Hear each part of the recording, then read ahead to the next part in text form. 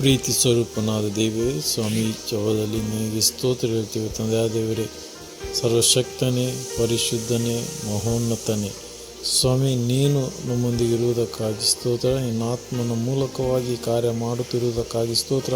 ನಮ್ಮೆಲ್ಲರ ಪ್ರಾರ್ಥನೆ ವಿನ್ನಗಳಿಗೆ ಯಾವಾಗಲೂ ಸಿದ್ಧತೆಯನ್ನು ದಯಪಾಲಿಸುವ ದೇವರು. ಹಿಂದೆಯೂ ಸ್ವಾಮಿ ನೀನು ಸದುತವನ್ನು ಕೊಟ್ಟಿದ್ದಿ, ಈಗಲೂ ಕೊಡುತ್ತಾ ಇದ್ದಿ, ಮುಂದೆ ಕೊಡುವ ಆತನಾಗಿದ್ದಿ. ಸ್ವಾಮಿ ನಿನಗೆ ಸ್ತೋತ್ರ ಹೇಳ್ತೇವೆ. ಸ್ವಾಮಿ, ನಮ್ಮೆಲ್ಲರ ಯೋಚನೆ ಆಲೋಚನೆಗಳನ್ನು, ನಮ್ಮೆಲ್ಲರ ಪ್ರಾರ್ಥನೆಗಳನ್ನು, ನಮ್ಮೆಲ್ಲರ ಬಲಹೀನತೆಗಳನ್ನು, ನಮ್ಮೆಲ್ಲರ ಸ್ವಾಮಿ ಅಗತ್ಯತೆಗಳನ್ನು ಬಲ್ಲಂಥ ದೇವರು ನೀನು ಸ್ವಾಮಿ.